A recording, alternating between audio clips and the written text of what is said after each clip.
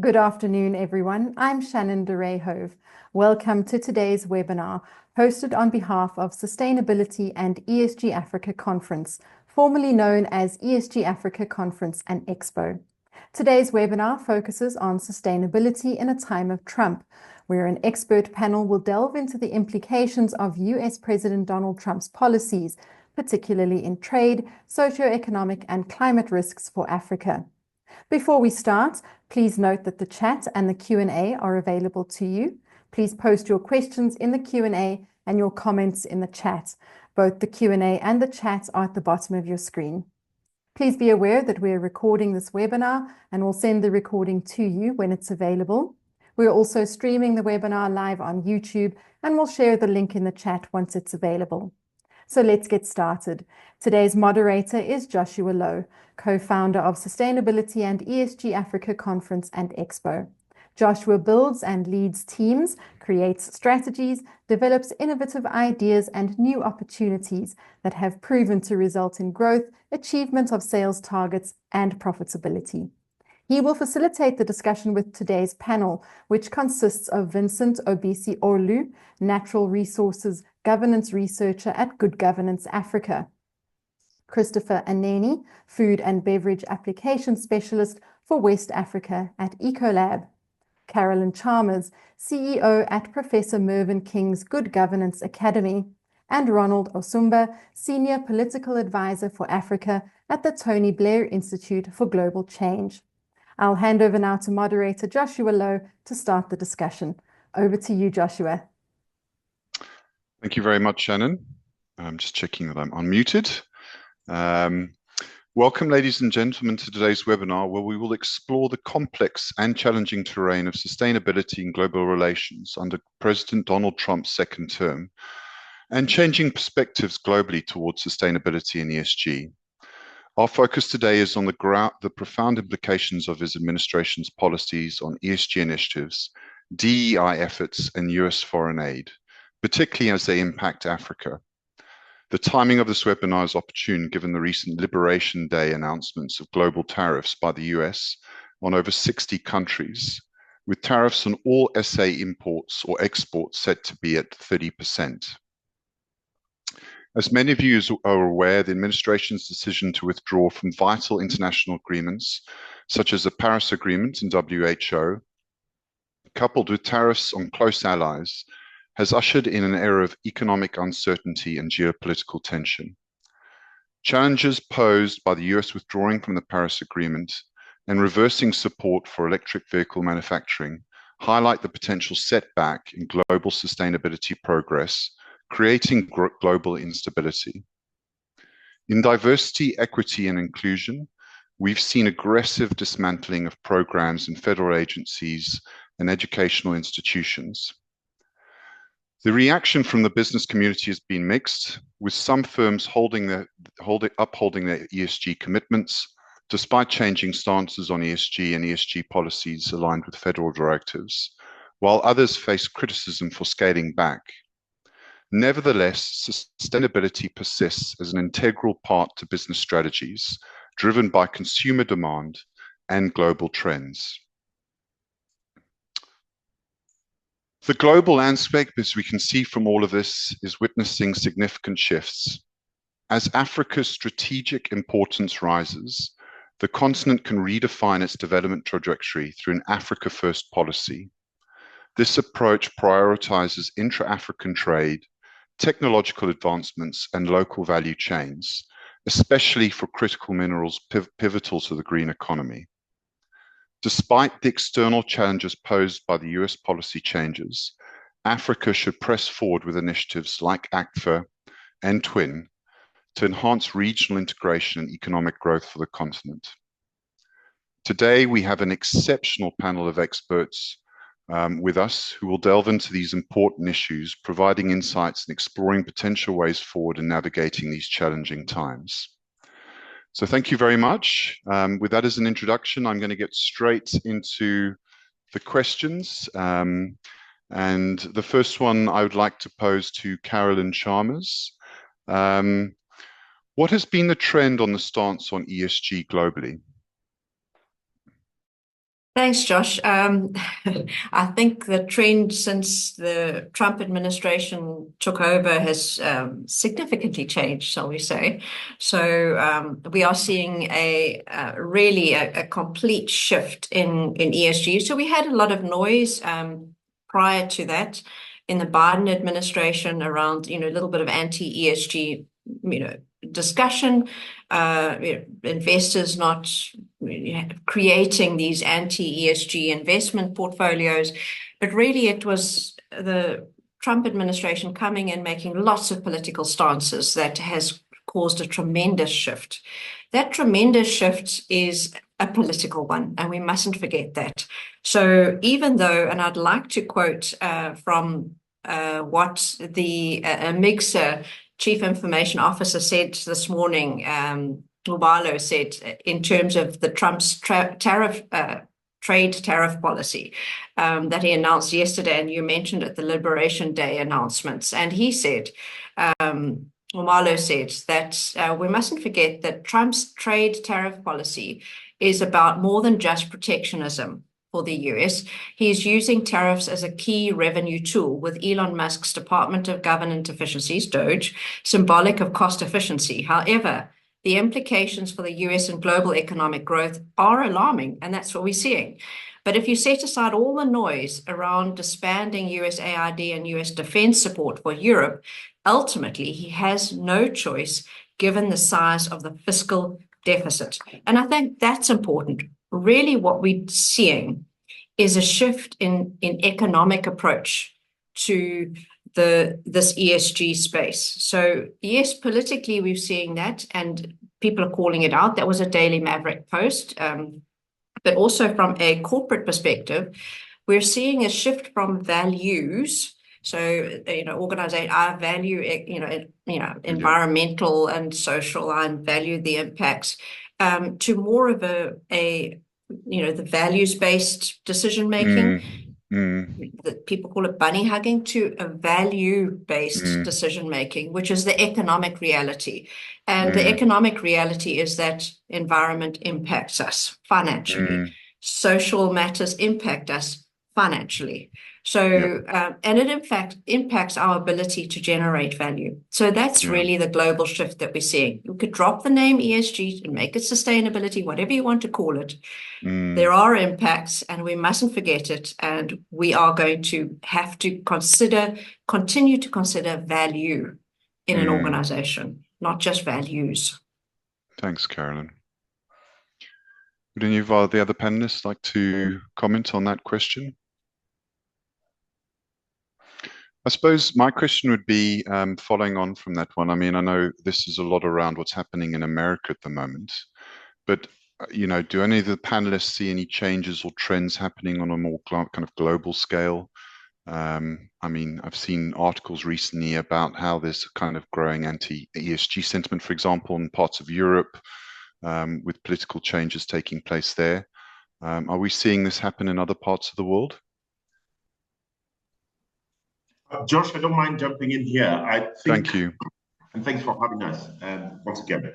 I mean, I think that the trend is quite telling, and I don't know about many other parts of the world, but obviously, America has been the leader in some of the sustainability conversations, and therefore, a clawback by American leadership will definitely, bring up skepticism across the world.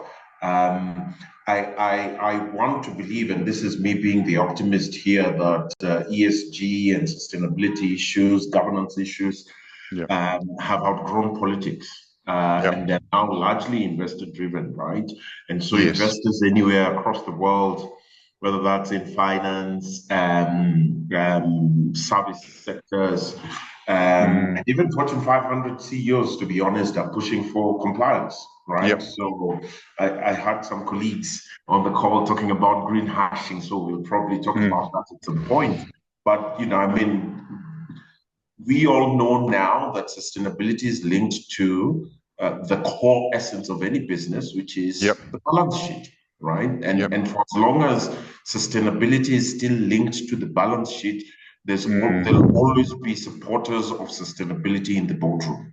So while the rhetoric in Washington may be cooling down, I think the demand globally will stay on, and not just from government, but from business. And from an African perspective, it may also actually be an opportunity to become a leader in some of these conversations, right? So from the SES, a year and a half ago, I think it was, Africa was demanding for a voice in that space on sustainability.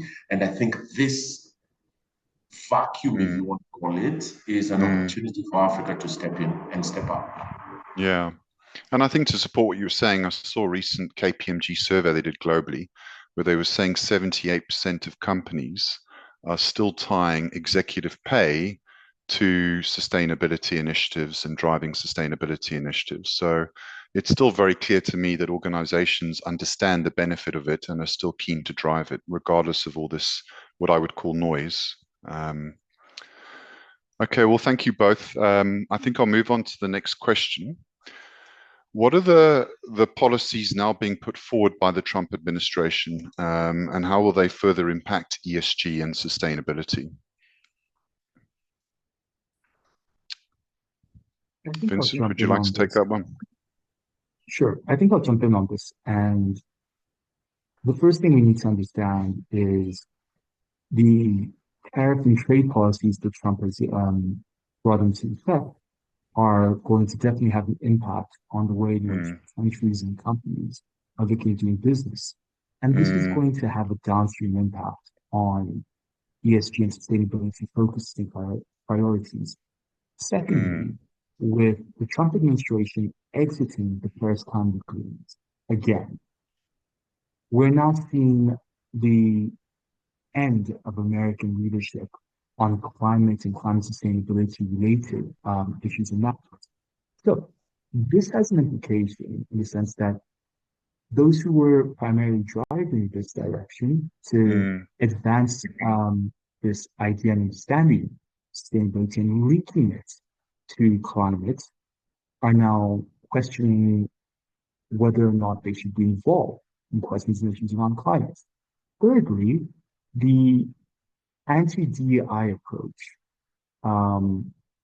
being put forward by the Trump administration also has an implication on how companies are now going to look and approach social aspects and social issues within the sustainability framework. Because sustainability is not simply about bunny hugging and the environment. It is also about your people. It is also about the way in which you bring a broad range of individuals to look and approach things and empower others who have previously been, not able to have the opportunity to speak and have a voice in some of these spaces. And lastly, with an increased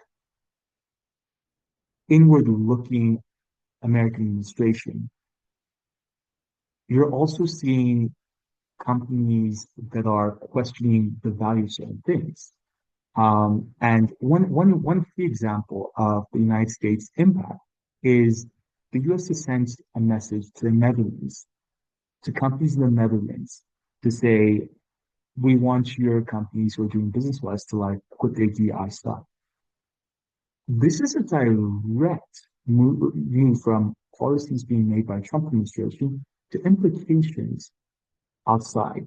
Now, it's important to also note that the European Union has consistently been one of the other leaders. So with these changes, I wonder if it now means that the European Union, as they've been working on things, will now step up, or if we're going to have a situation where there's going to be increasing greater greenwashing in that sense. And I'm sure we'll speak more on greenwashing later on.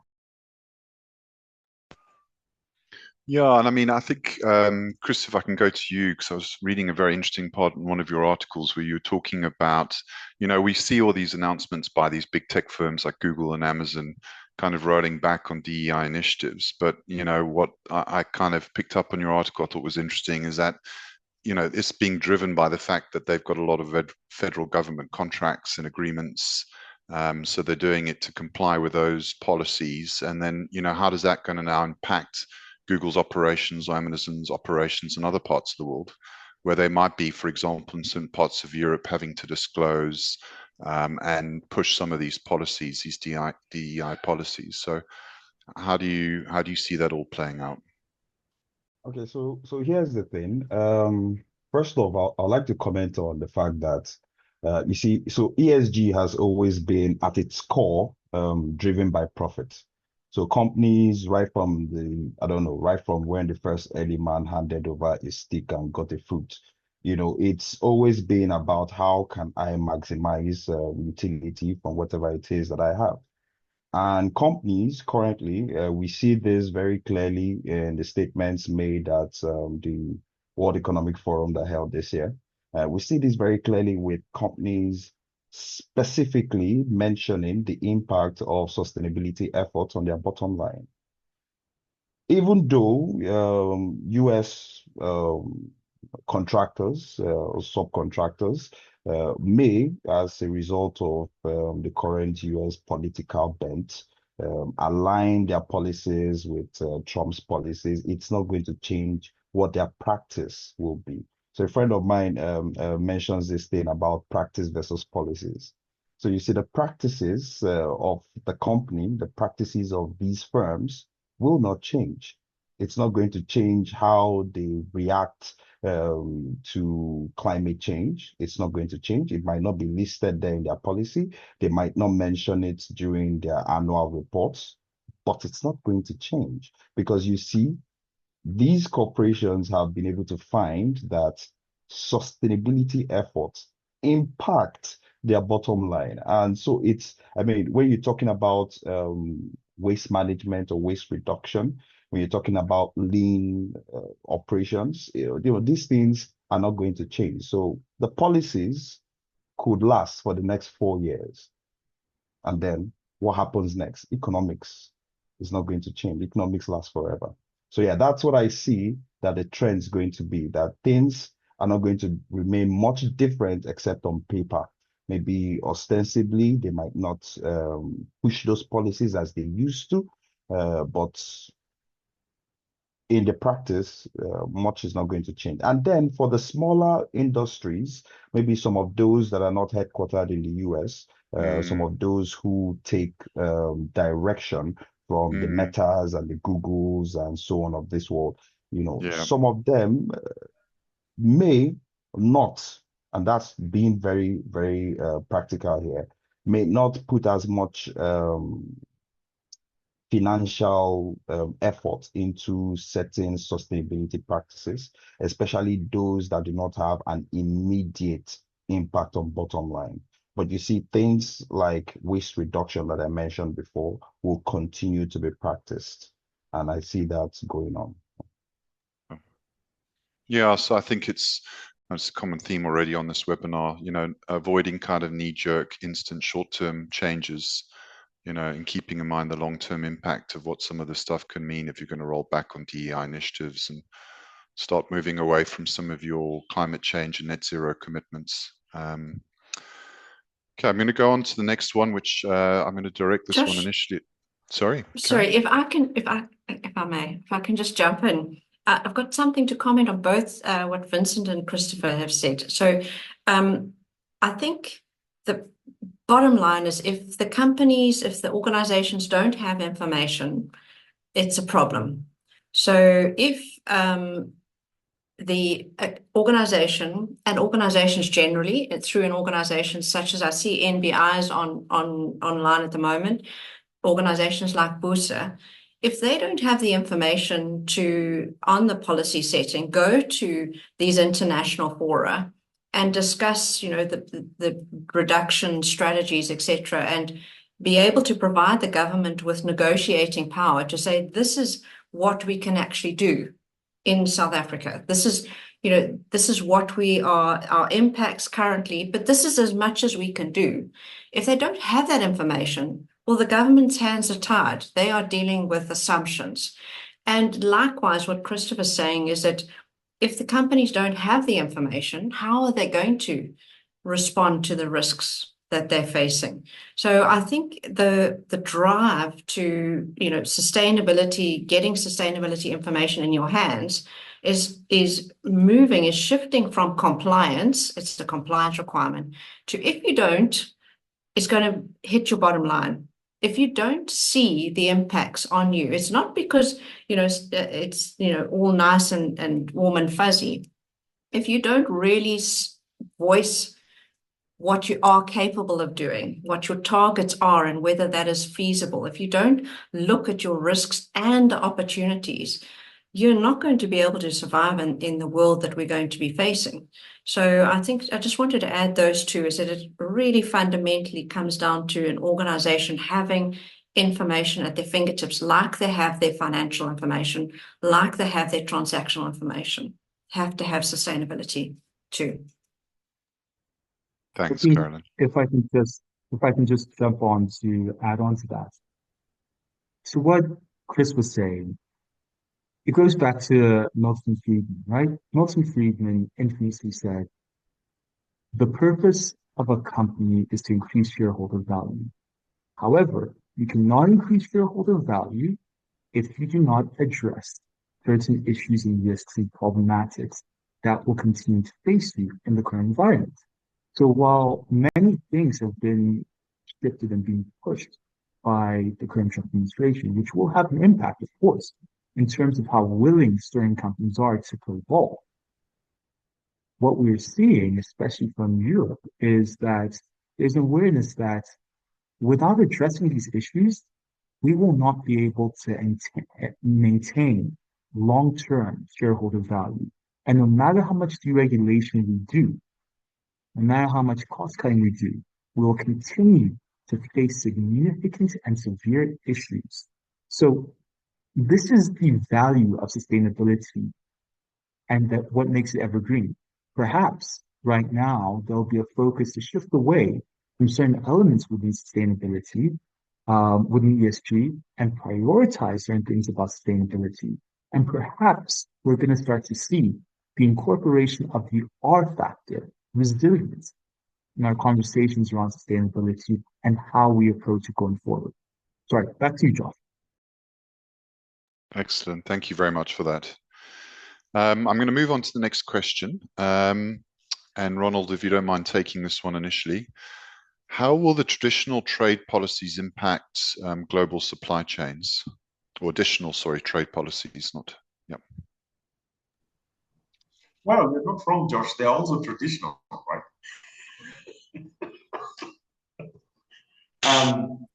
Because what's happening really is upending 80 years of global trade maturity, right? So a lot of these policies are traditional. They've been with us since the Second World War. But I just wanted to lean in on, I think there's the last conversation. I'm not an expert in ESG or sustainability issues, but I think I want to caution all responses to anything coming out of Washington now should be strategic and measured. One, I think because the leadership now is very transactional. And while they may set aside all multilateral conversations, there'll still be a lot of bilateral negotiations that could allow leeway for, specific regions or countries to, have exceptions to some of these policies. But, and this is me now putting on my political hat, right, it's just going to last for 4 years. It will be absolutely disruptive. And will probably claw back a lot of the gains that we've made in many spaces, not just in sustainability, but in many spaces, governance and democracy, all sorts of things. But it's just going to be 4 years. And, hopefully we go back to business as usual, right? So I think every response to policies coming out of, and this is my advice to everybody now, is that while we must respond, it needs to be measured and strategic. Your question around trade policies, I I think we need to acknowledge that, I mean, this is politics, and Trump is only responding to his economic realities in the US the best way he knows how, right? So obviously he has said during the campaign trail that tariff is the best word in the dictionary, and he loves it. And so we all expected the tariffs were going to come. He's been in love. I mean, all his politics, 30 years plus, is really defined by tariffs. So more tariffs, we will see even more. We will see more bilateralism vis-a-vis multilateralism. We will see less predictability, to your question, less predictability in the global supply chain. How things, so for example, his strike on China, I don't know, it's 67% tariffs, means that China in itself, as one of the greatest global suppliers, is then affected. Africa draws a lot of its imports from China. What does that mean for Africa, right? Does Africa bear the brunt of the gap that China is about to face with US trade, for example? So everyday consumer products on the continent of Africa about to go up, even though we have not been hit by those tariffs. So I think these are the things that we need to think about. It's rather disruptive. It disrupts the cadence around the things that we're talking about here, whether that's environment and how we've built, we've now known how to do production in certain environments, so that we are causing less damage. People are about to hopefully not throw those things out, right? But think through how you become more responsive to it. I think there's going to be a lot of disruption. The current trade order has been with us, like I already said, 80 years now. It's been about globalization and shared prosperity. The question now becomes, where does that go to? What's the next move for globalization? If the world's, leader, let's call US that, is taking a step back, right?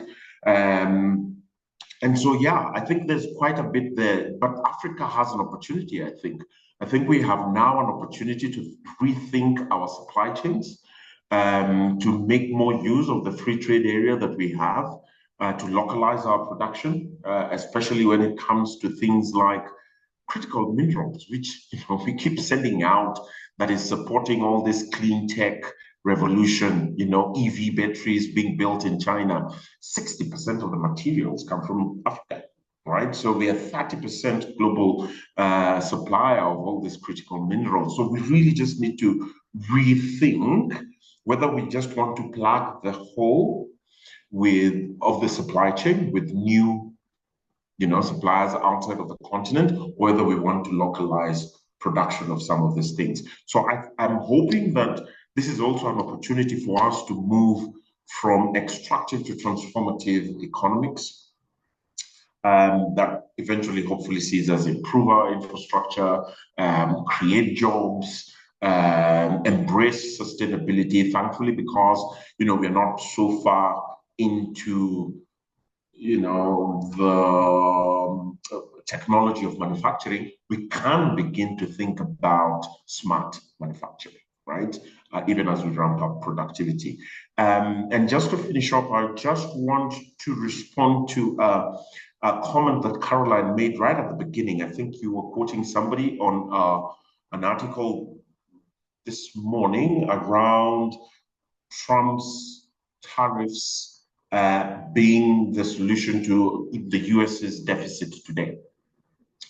And I mean, I'm no economist, but economists are split on whether this is actually a solution, right? An increase in tariff obviously means you'll get retaliation, and everybody's now ready.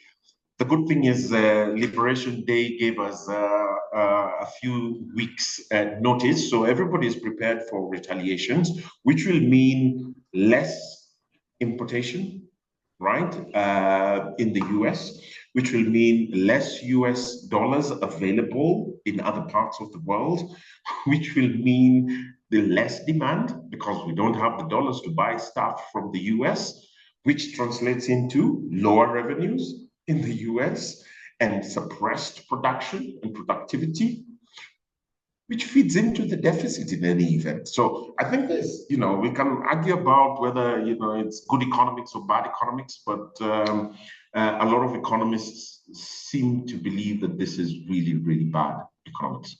I'll pause there. Thank you. Anyone else would like to have a go at that question or comment further what Ronald said? Okay, so I was typing an answer in the chat, but maybe I'll just talk about it here.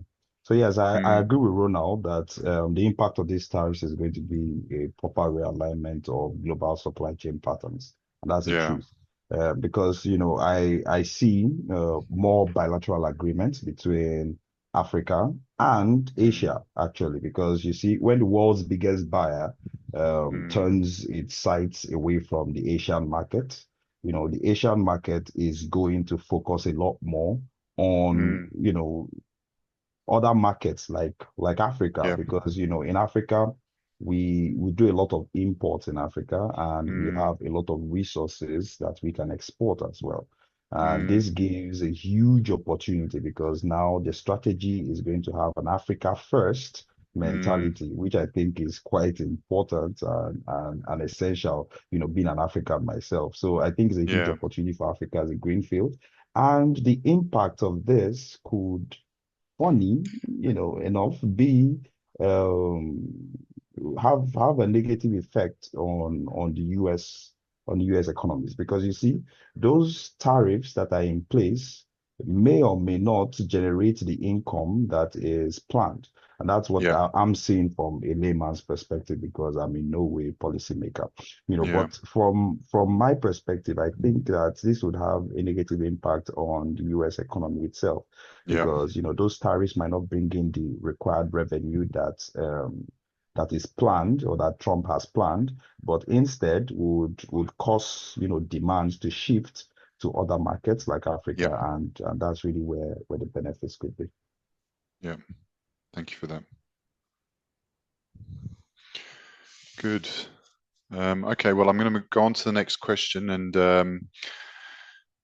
so this one is to do obviously with USAID, and so what has been the immediate impact on health and food security in Africa following the freeze of foreign aid programs such as PEPFAR and the dismantling of USAID?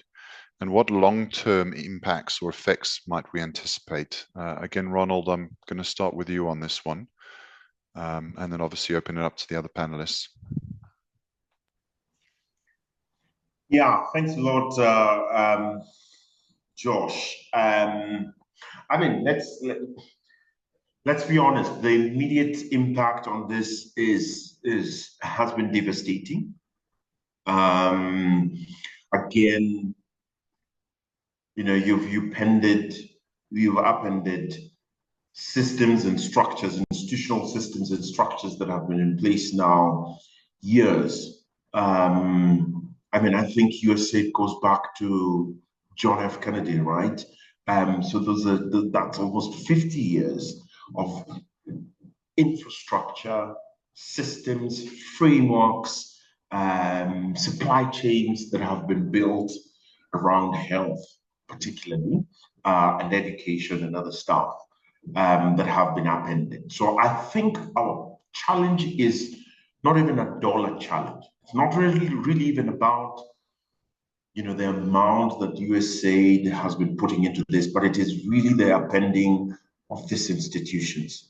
Any government on the continent of Africa today that is trying to, or anywhere in the global south, that is trying to respond to some of the gaps that have been left, will find a challenge not raising the funds, but by building the systems and logistics around addressing those issues. And I think this is the biggest headache today. So I know there's been a lot of noise around, I'm in the the dollar value that we're losing, but I think what we're losing more is the capacity to address some of these issues. Obviously, the highest heat areas have been around governance, right? And governance here will include some of these ESG conversations that we are having, sustainability. We're looking specifically around climate mitigation, disaster response. If you look at, and I have the estimates in front of me, if you look at some of these areas, the hit has been almost 100% of funding, right, to things like diversity. So anything that, so when, you know, when we talk about companies, and Christopher, your paper was really good at talking about companies, you know, pulling out some of these swear words, now I would call them, from their websites and their documents. It's really because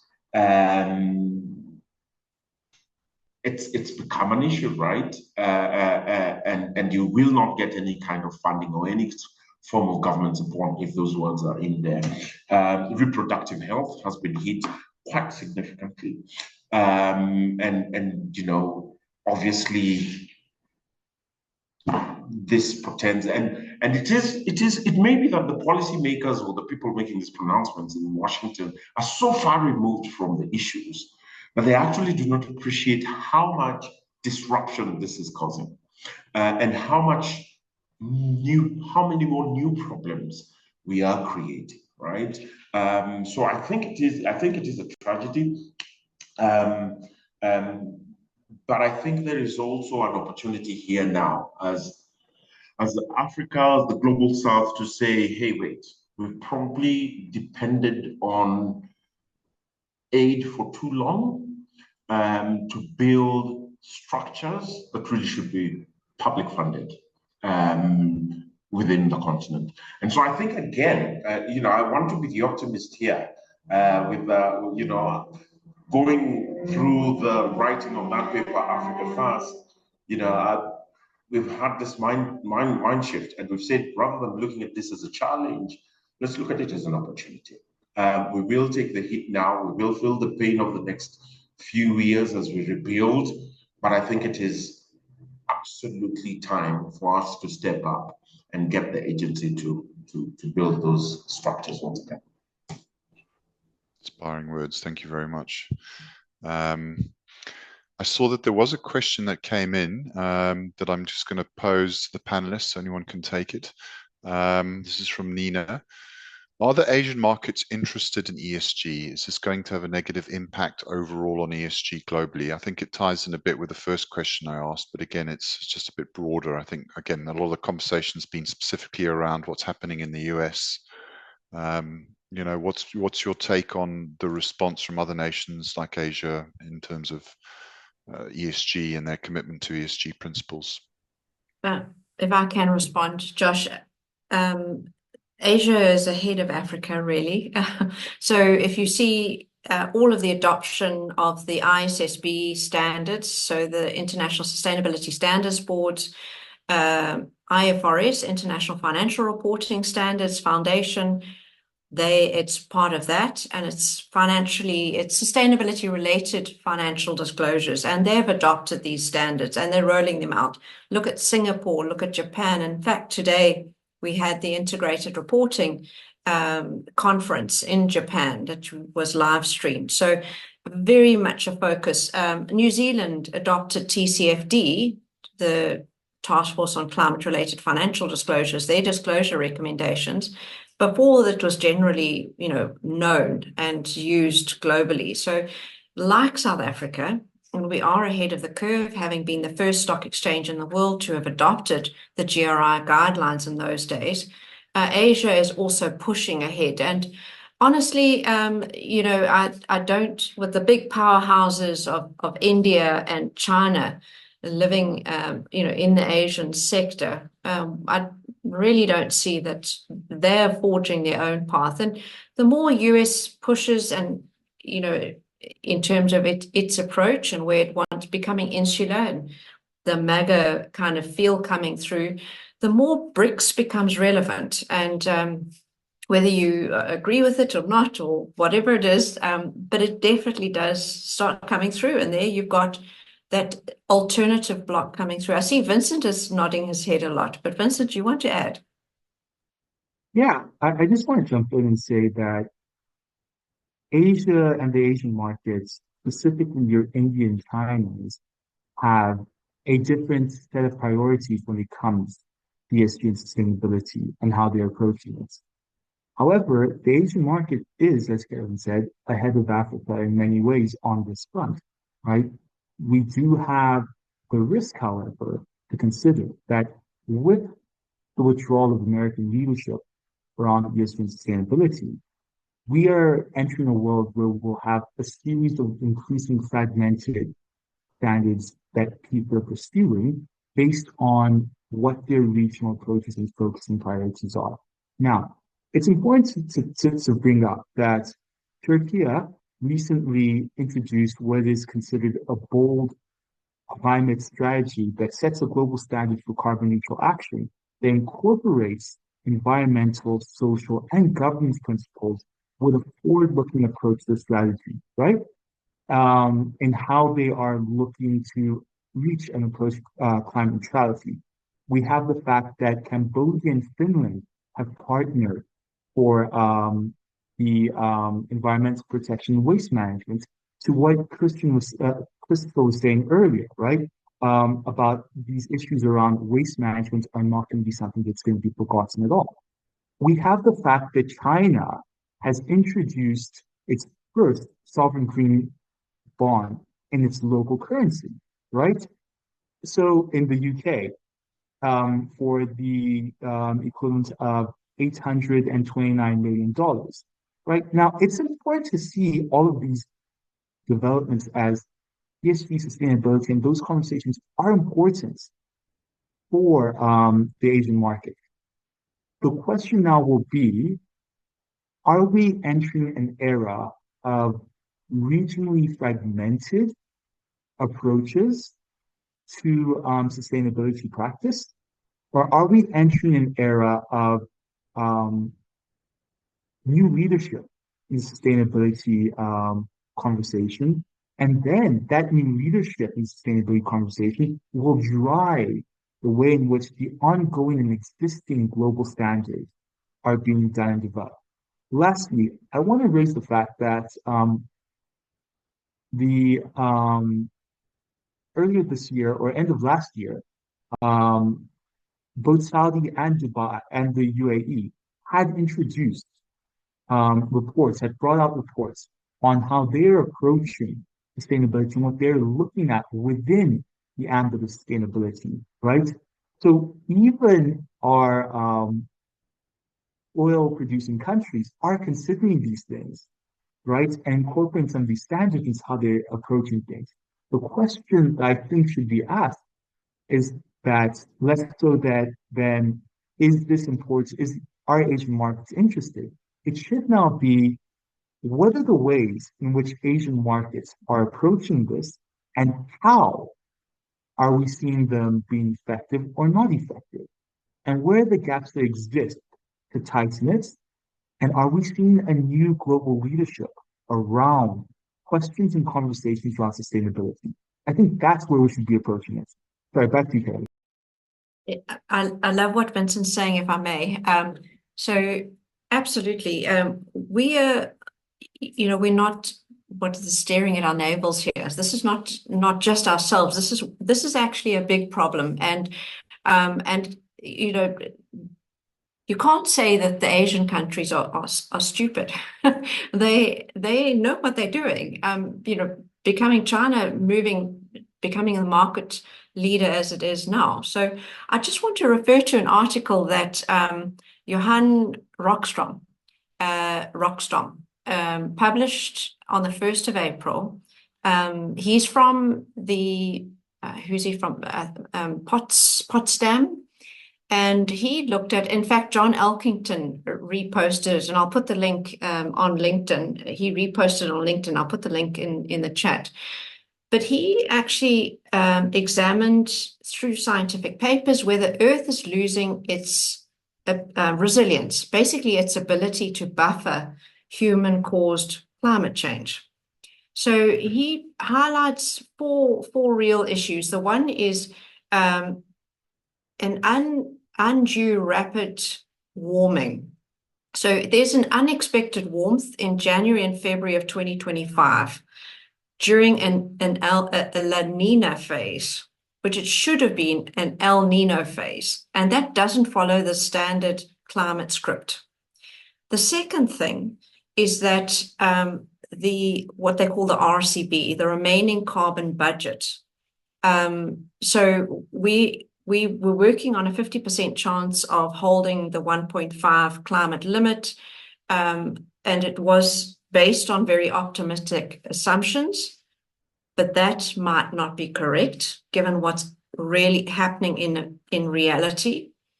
The third one is about the fact that the Earth is actually getting darker. It's getting darker because we're weakening areas of carbon sink. First year that the Amazon has moved from a sink to a source of carbon. The fact that Earth is getting physically darker with deforestation, Earth's ice sheet melts. And then the fourth one is really about the aerosol emission reductions. And that's around sulfur, for example. So really what Johan was saying is that Earth is losing its resilience. This information scientifically is available. You don't think that organizations around the world, and let's think about the thinking countries, are not considering this in their policy statements, thinking in terms of economic sustainability. So this kind of information is very relevant. In fact, people dying from sulfur, the 7 to 8 million, is more than COVID. We don't hear about it. So the sulfur emissions. So we need to think clearly and carefully about what that means for us politically, policy setting, and Christopher mentioned, as well as principle in terms of organizational responses.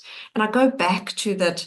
So what do we do? Where do we start as an organization? All of the science stuff is all very well.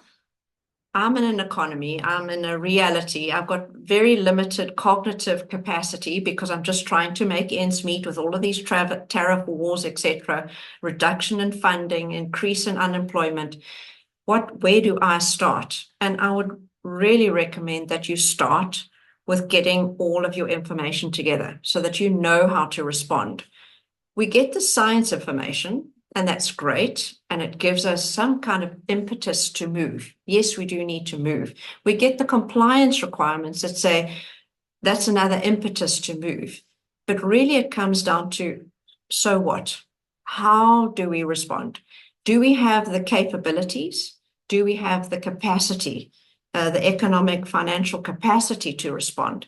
And one of the initiatives that's being rolled out by the Pan-African Federation of Accountants across Africa is to equip accountants across Africa to be able to help their organizations respond through information gathering. And now this is a new unknown field for accountants because although they're very well equipped to dealing with, accuracy of information, audit trails, so we don't get greenwashing, and they're very skilled at doing that.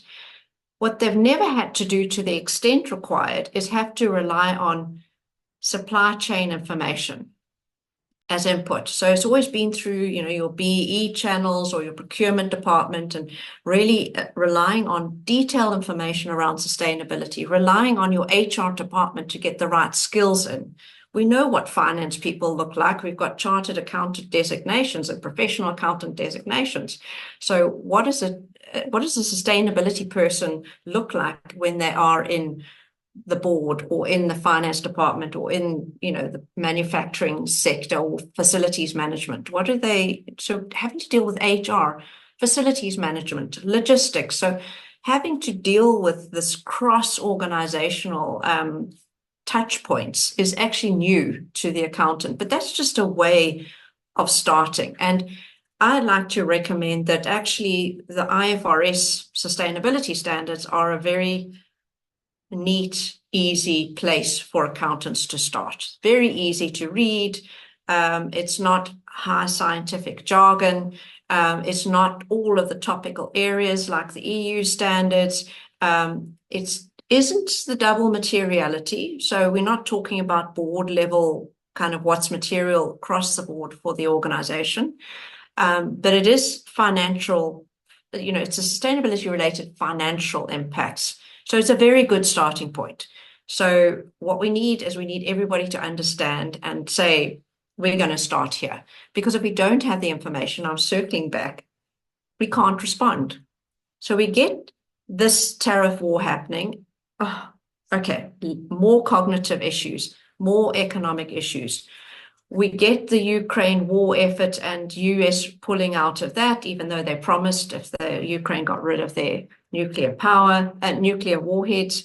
So they've decided to renege on that. So even because of that, we see now funds are being diverted, that traditionally funds coming to development funding, coming to Africa, etc., are being diverted by the European countries into the war effort. So, and now I'm a poor little organization sitting in Africa, and I go, all of this issue, and I have to respond to the biggest longer term issues. Those are immediate responses. But if I distract myself with the short term to the detriment of longer term thinking, I'm not going to be around the longer term. So I think the message around starting and responding is really quite an important one. But I know that Christopher has got some things to say around that as well. Sorry. Yeah. Thanks, Josh. Christopher, thank you. Would you like to comment further, Christopher? Well, I think Caroline really just mentioned a lot of the things that I wanted to say. Yeah, and I think it's an important point because, I mean, they're now going to be different priorities for a lot of organizations. And I think sustainability professionals need to have these very robust arguments and to support their cause in terms of why companies should stay the course in terms of driving these sustainability initiatives. Because, engaging with a lot of CSOs and other sustainability professionals over the past few months, I think they're finding it very difficult to push back when the boards are coming to them and saying, but why should we pursue this? Seeing what's happening in the States and other parts of the world, it's not a strategic or importance for us at this point in time. So I think to have that data and to have that argumentation ready so that you can deal with some of those conversations at a board level is crucial. I'm going to go on to the next one, which is, I think, bringing it back to Africa. And I know we've spoken, some of you have answered this question to some degree in response to some of the previous questions. But how do the recent policy shifts under President Trump's administration and globally affect the longer-term sustainability goals of African nations and organizations?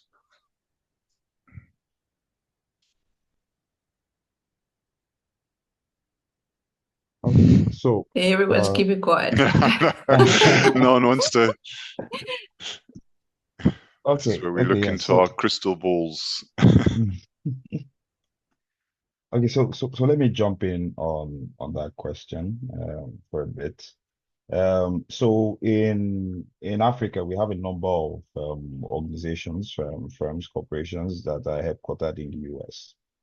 A lot of these corporations, due to the fact that we don't, and this is being as blunt as possible in Africa, a lot of the countries in Africa do not have very stringent sustainability policies or are not or don't have proper governance in place to really control and enforce some of these policies that they might have signed at one Paris Agreement or agreed or ratified during the Kyoto Protocol some many years and many administrations ago.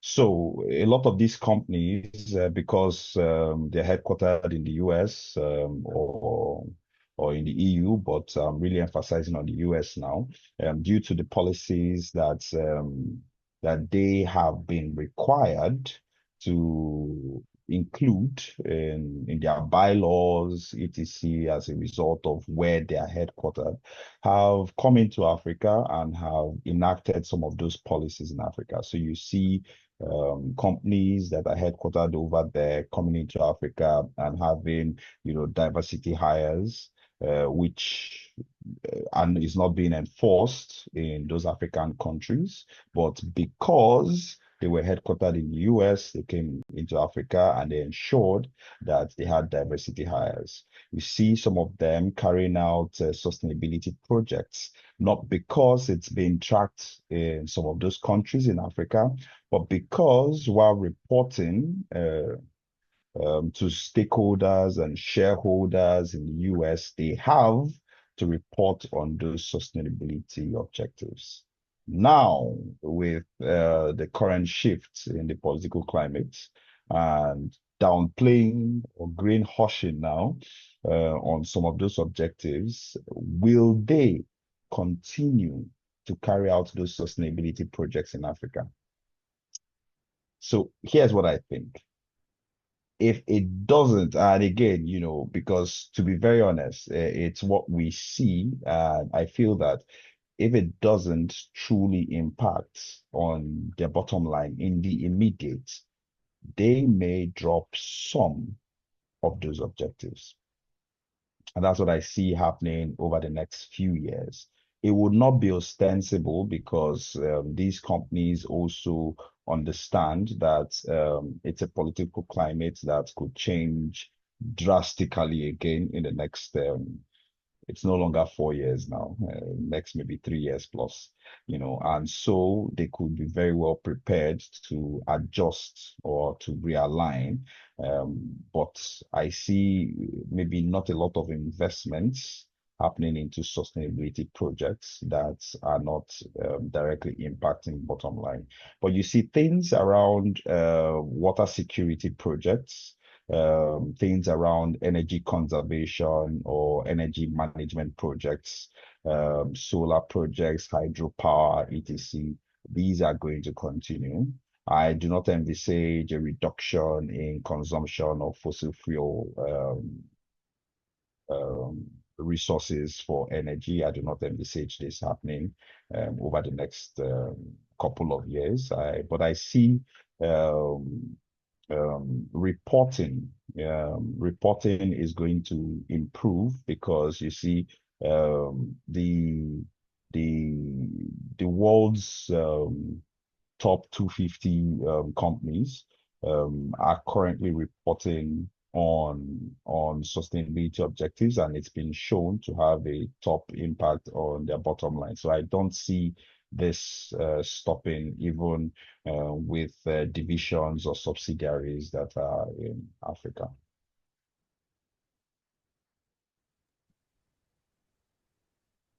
I think to just buttress your points, we're definitely going to see a reduction in some of the less directly financial material projects on the continent. But we're also going to see an increase, and this is going to something that was in the Q&A about the approach from the Middle East and the growing trend of the Middle East and Asia expanding and deepening their socio-economic strategic partnerships in development sectors.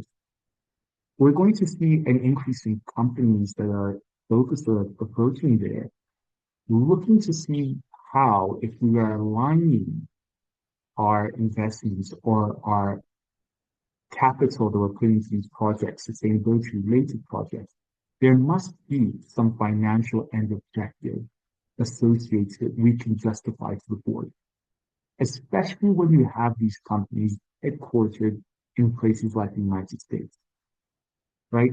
There must be some justification beyond just we're doing good to say this is why we are approaching this project for diversity, equity, inclusion, and this is the end goal and this is the end result that we will have, right?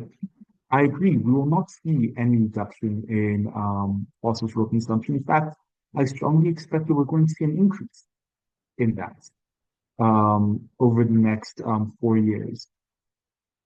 At the same time, I believe that there will be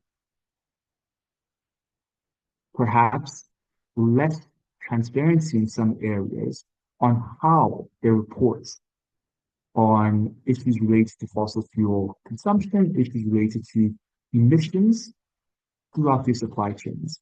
And this is where the standards and global leadership is going to become important because the standards to track scope 1 to 3 emissions throughout your supply and value chain will be crucial to understanding what the actual financial value of a potential project might be over something else. Now, in Africa, this will also require countries to now look back and look at the laws and policies that they have, enhancing them where possible, and cutting some of the red tape to address issues related to enabling sustainability and sustainable finance usage. So these are just some things that are going to be really, really, really important to consider as we go forward. Yes, there's going to be a lot of potential social impact programs that will be run by companies related to your areas that USAID has now left and exited from. I suspect that that's going to be something that will happen. However, at the same time, what is the end goal? How do we justify this to the board? And that is something that we need to be able to, as those of us who are in the sustainability space, those of us who are advising companies and engaging with them, that's something we're going to need to discuss and find a way to make it more palatable and address. So how do we combine these approaches with something that produces some value and also simultaneously create social impact, right? Because companies are not going to now, because the policy frameworks not necessarily exist at the level that they might need to on the continents. How do we now convince and steer companies to see this is a potential opportunity for you here if you do that without greenwashing? Because I think now, in the era that we're entering into, there are 3 major risks facing ESG and sustainability: greenwashing, social washing, and good storytellism. I'm sure we're all aware of what greenwashing is. Social washing is when you do greenwashing but with social issues. And good storytellism, my silly term, is when you claim a good story to tell while having no substance to it.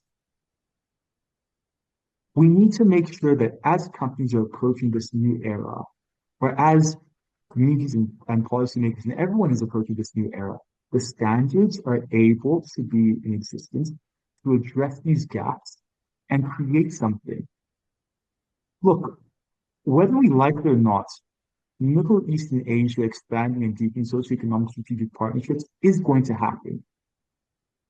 We need to be able to embrace this and now use the frameworks that exist to address how they're doing it. What are the issues? But also African countries will need to also prioritize and focus on what their things, the things that they want to look at in terms of sustainability. Because everyone's focus on sustainability is different. China's sustainability focuses and priorities differ greatly from the European Union's. And even within the European Union, there are significant differences. So how do we, as the countries on the continent, look at this and develop what our priorities are, and then within our policy frameworks, we incorporate them? Some countries will prioritize emissions reductions. Others will prioritize social impact and gender equity. Others will prioritize climate resilience. And again, we're coming back to the R word. Resilience is crucial.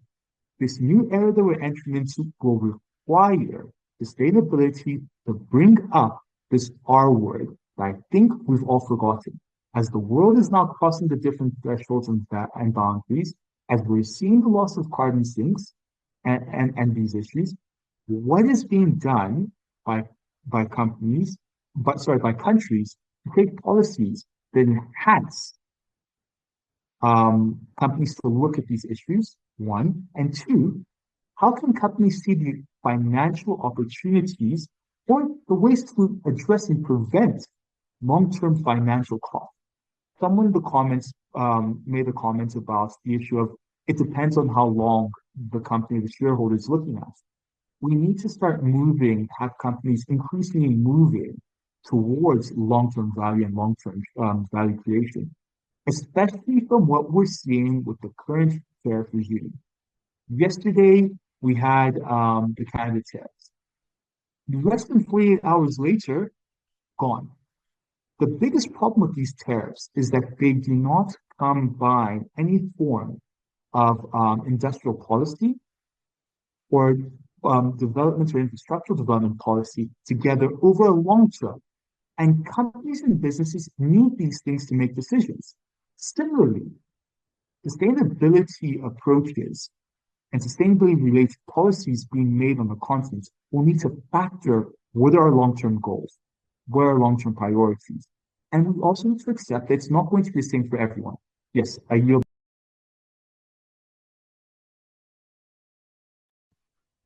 Sorry, Vincent. I yield the floor. I yield the floor. Oh, sorry. Thank you. No, that was great. Carolyn, I saw you put up an image. Yeah, I don't know if you wanted to comment further on that. Yeah, I just flashed it up quickly. Let me do that again. It comes from a presentation that's done by Daryl Scott. Daryl is an ex-IFRS Foundation trustee and South African, and he works for the World Bank, and his content lives in the ESG Exchange playbooks. But this is, Vincent mentioned, the rationale for why we need to do this in Africa. And this very clearly shows you, this is the estimated, and this was the previous set of scientific results, not the latest that has come out now. So that was in the El Nino, as opposed El Nino, as opposed to the whatever. The La Nina. So this is in the previous last year, etc., where this is the first of all, this is the average emissions per capita, and we know that Sasol is the largest single utility in Africa that in terms of emissions, and Secunda is the largest single facility in the world in terms of CO2 equivalent emissions. And we know that Eskom is the largest sulfur dioxide emissions in the world. So we are very red down south. But we see that most of Africa is not like that. Most of Africa, the emissions are not at that very high level. So if you want Africa to reduce emissions, most of those countries are ill-equipped and don't have the capacity to reduce emissions. But look at the impacts. And again, as I said, this is the scientific data from last year. Just look at the countries that are going to be impacted. So at no fault of their own, we've got big red areas. Zimbabwe was the first country in Africa to adopt the ISSB standards 3 years ago, hasn't been able to roll them out yet. And that's due to the capacity of people being able to the capabilities and capacity to implement this, where to start. And so it's all very well the policy being there. Again, we go back to the practices. So you can have a policy, but nobody's ever done this before. So how do we actually get this done? So those countries that are, you can see least impacted are going to be hugely impacted, and because not due to any fault of their own. So yes, Vincent was saying we're going to get these we're starting to get these kind of very localized responses, but we have got a very global problem. And so it does take all of us, but we are getting this fracturing happening. Really, this is the rationale that people should be using in terms of why you need to move forward. Yeah. So that's why I fleshed it up. Thank you. Very interesting. Okay, I'm going to, because I think we kind of running out of time and we've got a few questions that have come in from the audience. So I'm going to just move now to one of the questions that have come in from the audience. This question is, organizations like the Asia Investor Group on Climate Change are actively promoting ESG across Asia, particularly in its environmental aspects. However, in Africa, investor focus on ESG appears to be relatively low. What have you found as helpful to strengthen the business case for ESG in Africa, where investor pressure is limited? I think that might have been a case in the past. It's certainly not a case anymore. Yes, the pension funds generally have taken it slower.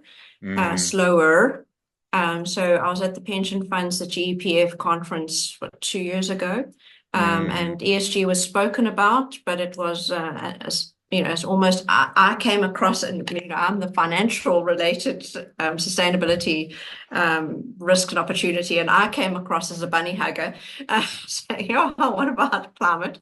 So so I think the pension funds were slow to take it up, but it's really, that's a huge investor if we're talking investors. The Government Employee Pension Fund, the Eskom Pension and Provident Fund, we've got those big things. But I see Vincent's got his hand up as well. I think when we look at on the continents and the lack of investor pressure on the continents, we're forgetting that certain industries lend themselves a lot more to ESG and sustainability related pressures than others. For example, the mining industry cannot exist in a functional manner without considerations around sustainability and ESG related issues. Firstly, because mining uses a lot of water. Secondly, social labor. And how are you addressing issues with labor and your workers? Health within the labor force. Thirdly, governance and the way in which you're managing the board in your company. So yes, not every company or not every organization or country will be able to have investor pressure, but there's some sectors that, because of the nature of the work that they do, and because of what that exposes them to, you need to incorporate ESG and sustainability related thinking. Now, while there isn't a lot of financing funding going forward to sustainability on the continent, partially because there's a lot of fear around the risk of investment in Africa. Yeah. So more needs to be done to address this question of how do we use sustainable investments to de-risk investments on the continent across different areas, across different sectors, and then move forward from there, right? As opposed to use it as a given that, there's no investment in Africa. Yes, there isn't, but why is that? We need to address these fundamental issues, look at the areas of opportunity, and remove this fear of investment in Africa. And I think this is where your developmental partnership with our Asian and Middle Eastern partners and our BRICS partners, or our Global South partnerships, South-South partnerships and agreements, creates an opportunity for that. This is where the AFCTA creates an opportunity for that as we go and approach these things. Great response, thank you. Okay, well, I think we're going to kind of move now to wrapping up. And so I'm just going to ask my fellow panelists to just wrap up with a final comment. And I suppose the question to you would be, for the people who've been on this webinar, who've listened to everything, And again, as looking at dealing with internal issues around what's going on globally, shifting policies in the States, questioning their commitments to sustainability. What would be your advice to those companies looking at this and questioning whether they should stay the course with all the global noise and everything that's going on at the moment? And what are some of the tactics that they can employ within their organizations to drive this message?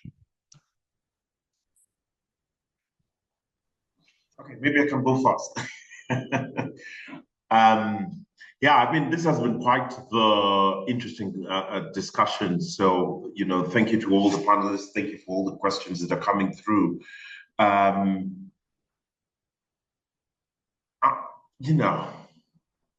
think I mentioned this before. I just want to say it again. I think even in all the uncertainty and all the shifts that are happening, I think we really need to be strategic. This is not the time for knee-jerk reactions or to panic. Like the roof is falling on all of our heads across the world. I do think that the solution here is strong and bold leadership, sure-footedness in your response, and being strategic.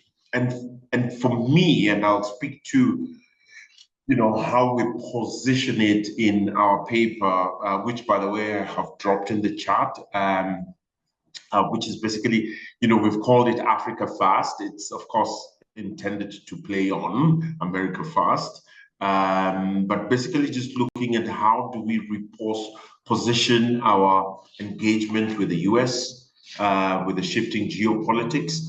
How do we not react to just fill in the gap with another global power, but to really get agency within the continent, right? And so what we posit in this paper is that, one, first and foremost, I think everybody has spoken to this in this call, is we need to prioritize the intra-Africa trade. We need to create new value chains. We need to think about how we produce what we consume on the continent.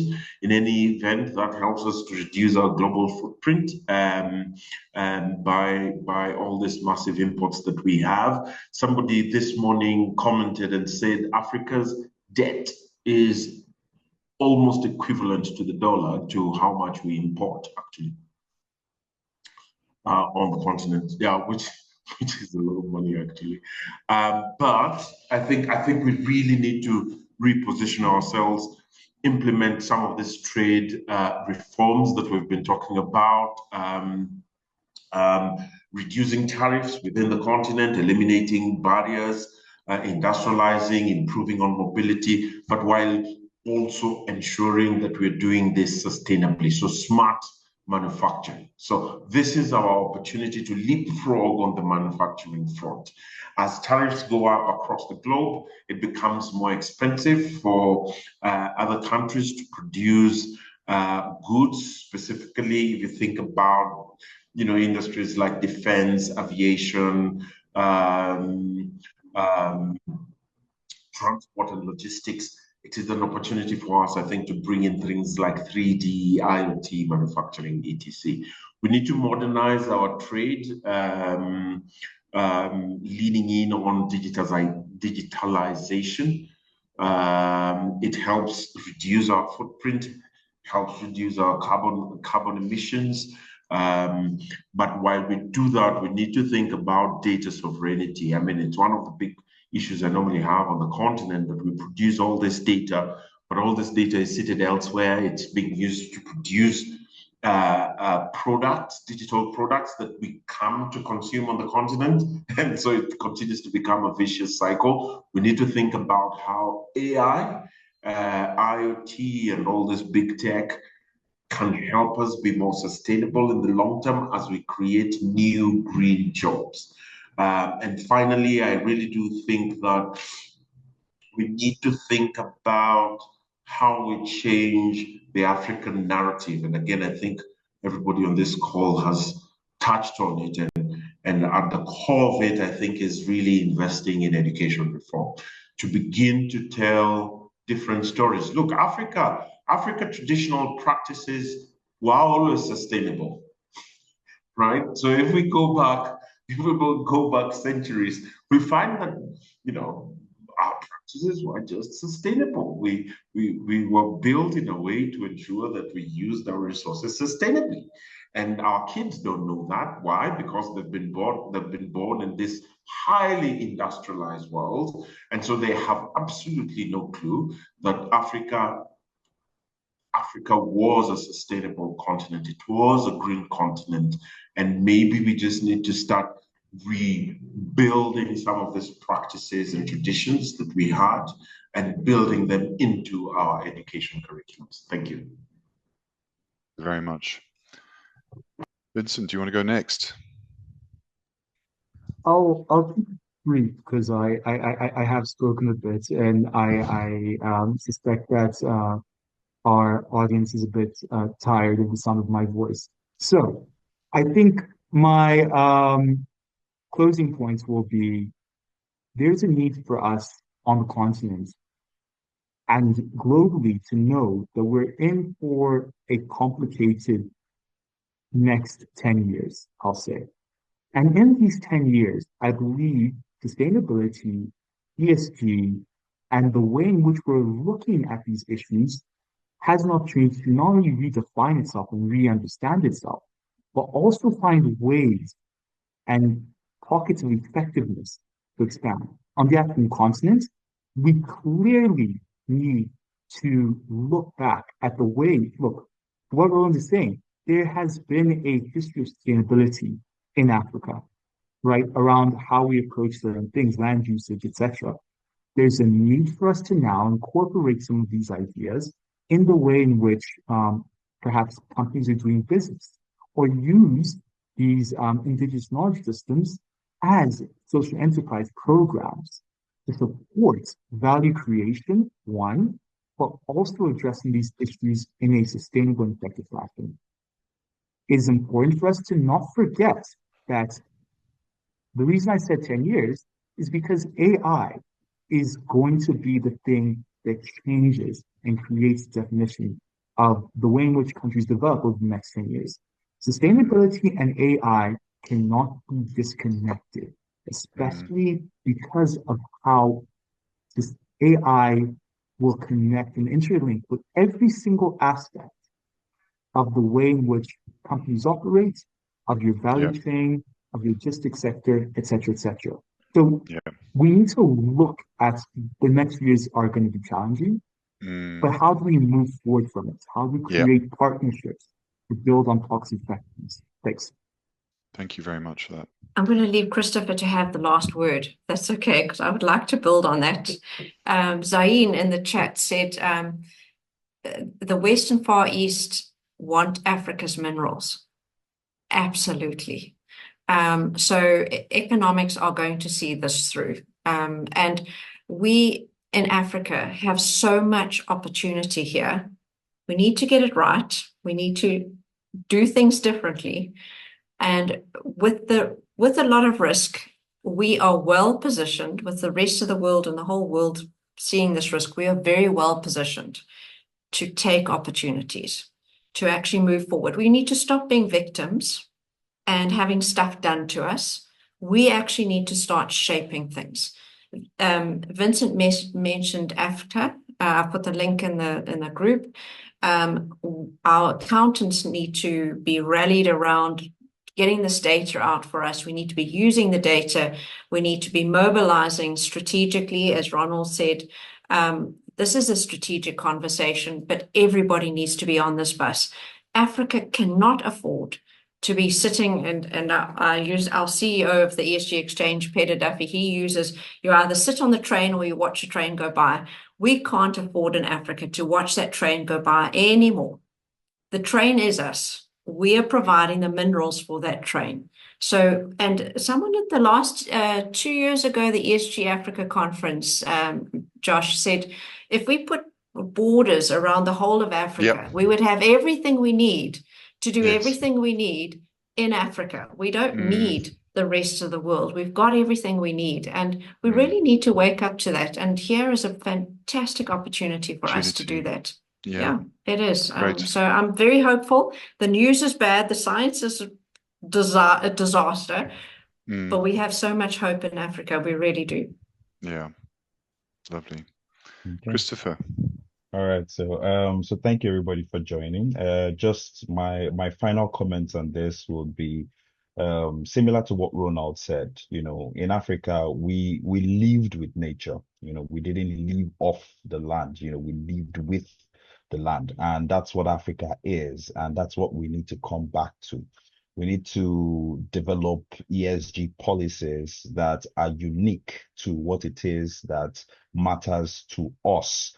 So policies that are aligned with our industrial policies, policies that are aligned with our political beliefs as well, but policies that are in line with risk management and process optimization, because this is what would appeal to the investors that we have that are local, that are here. And in our different spheres, we need to help to promote this kind of policies that would improve our environments, reduce the risk with which people operate and companies operate and industries operate, and at the same time, improve our processes such that we're reducing waste, we're reducing costs, we're maximizing profit. And this is what we can do, because this is a clear opportunity for us and we can truly achieve this.